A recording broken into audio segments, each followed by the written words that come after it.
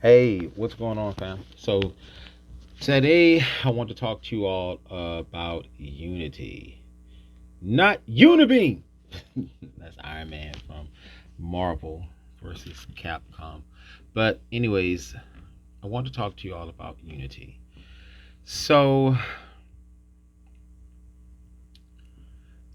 when you think of the word unity, what's the first thing that comes to mind?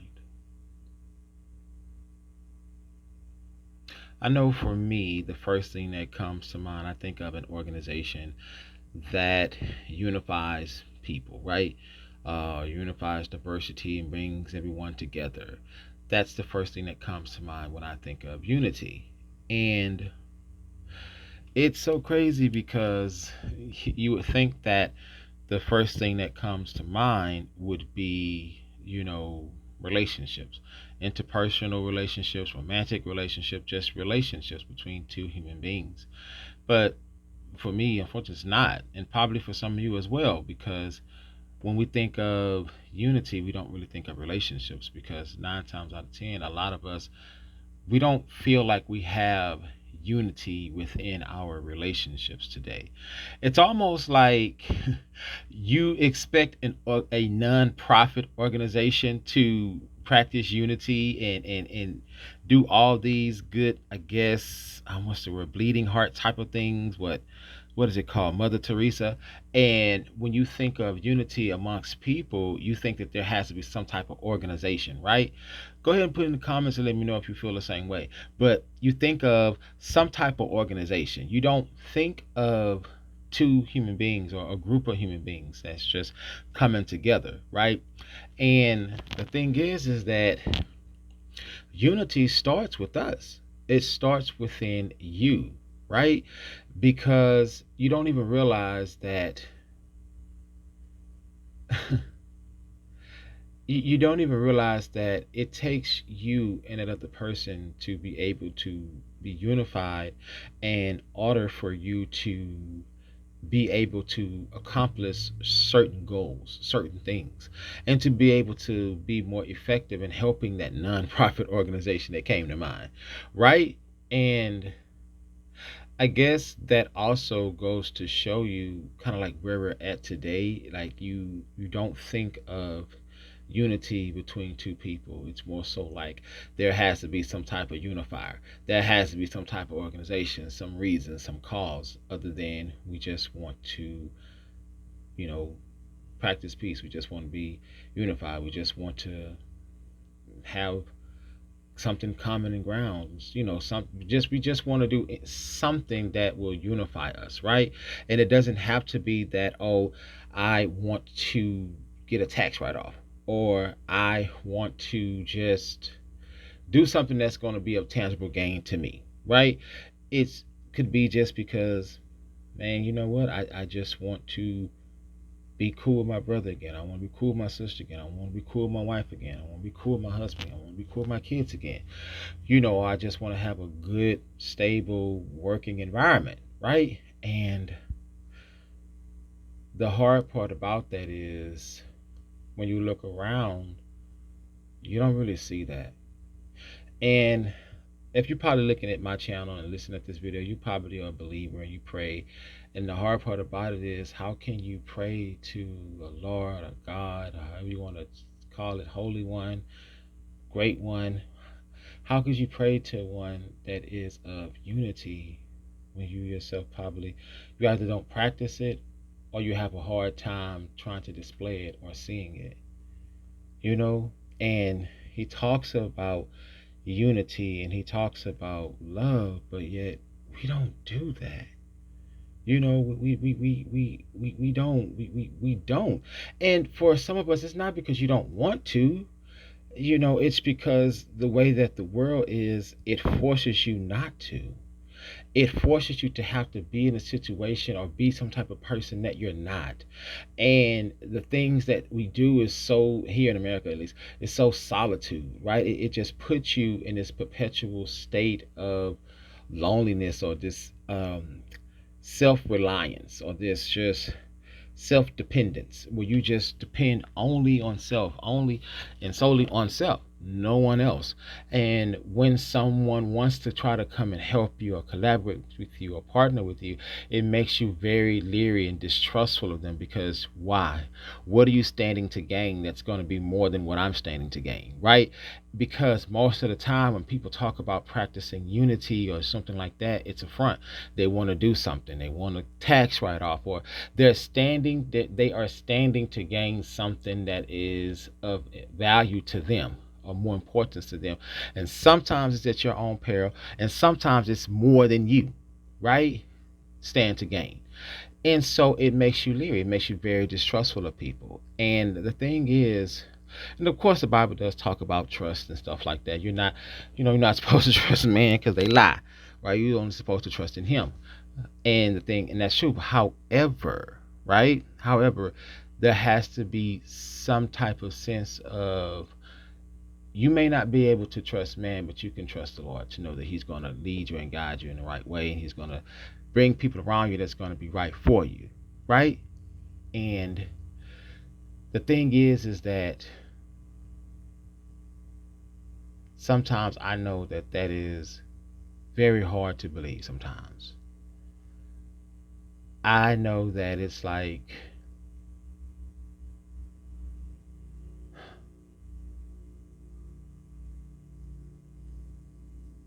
I know that it's unbelievable, and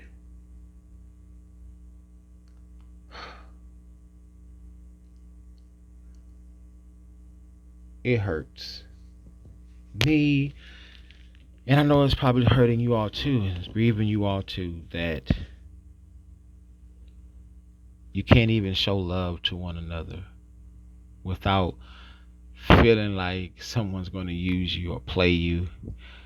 You can't even be nice or speak to someone, whether they look like you or not. It's the way that the state that we're in now. It's very divisive, and I don't understand. And yet we all say we pray to a Christian God who's about unity. I guess I just don't understand how that makes sense. I don't understand how you can get down on your knees one time at night and pray, wake up in the morning, worship and pray, and then go outside and be divisive. Go outside and not want to show love. Go outside and not want to speak to your neighbor. Go outside and not want to be in fellowship with anyone. Go outside and not love thy neighbor as thou love thyself. But what the truth is that a lot of people really don't love themselves. That's just the bottom line. A lot of people really don't love themselves. And that may be hard to believe. And it may be hard for some of you to hear, some of us to hear. I mean, I had to hear it.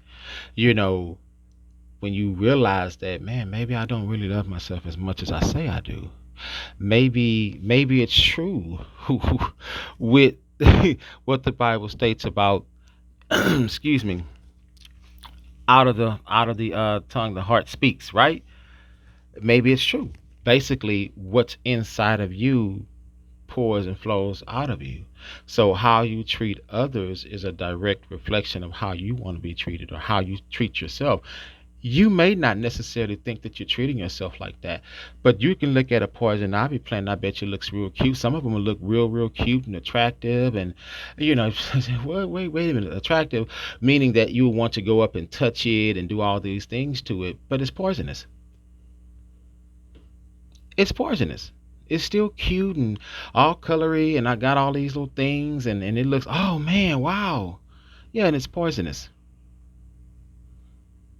right? I mean, look at sugar, a cake, a German chocolate cake, shoot, a red velvet cake, a strawberry cream cheese cake. Those all look good and they're delicious. But you eat too much of that, what's going to happen to you? See? You see how that works?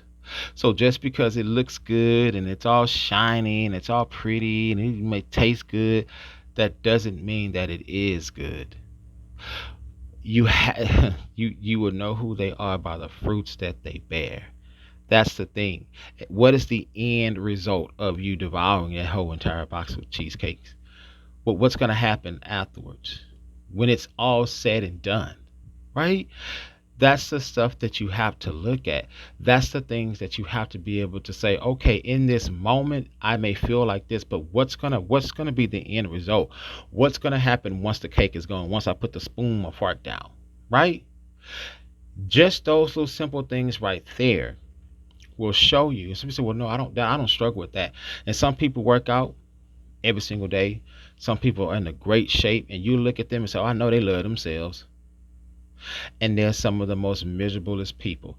They are jealous of any and everybody because deep down inside they're hurting. They don't feel loved. They don't feel like someone loves them because they don't love themselves, because they lack self-worth. You see what I'm saying? And the way that we set up here is it's so easy to fall into that trap of lacking self-worth, right? It's so easy to fall into that trap. It's so easy. You have, so not just talking about social media, but too much of it, too much social media, too much apps, too many this, too many distractions that take you away from the human connection, right? Too many distractions that pulls you away from the human connection. It makes you dependable. It makes not dependable. It makes you dependent on something artificial. It makes you dependent on something in order for something else in order for you to be able to survive, thrive, and live.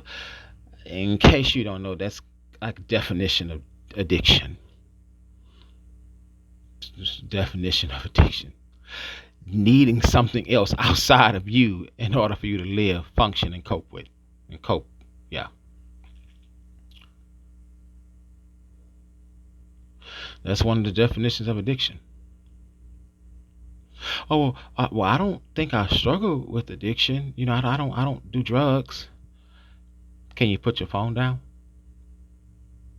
I want you to try to put your phone down. When you get through listening, put your phone down for 10 minutes and see if you cannot be worried about it. See if you can just put your phone down for 10 minutes. And if you can make it to 10 minutes, do 15. If you can make it to 15, do 20. You can do 20, do 30. Do you see what I'm doing there? See how long you can go before you actually have to pick it up, or the thought that you may miss something, right? And some of y'all have families in the other room. Some people say that's baffling. Some of you all have families in the other room, people to love on, people to love you, and you spend all your time on the phone. You spending time on the phone now, listening and looking at me. You say, no, I don't. Well, how are you hearing what I'm saying to you? Well, because I picked it up. Well, I picked it before. Well, because I see what you're saying, right? So, bottom line is, I hope I said something that was enlightening to you all, and just kind of wanted to get you all to just kind of think a little bit, and wanted to just kind of really take a hard look or examination of yourself, and actually see some areas that you may need to correct and work on or take to the Lord in your shower. So my name is Dr. Dwight D. Levon, and I will see you all in the next one. Peace.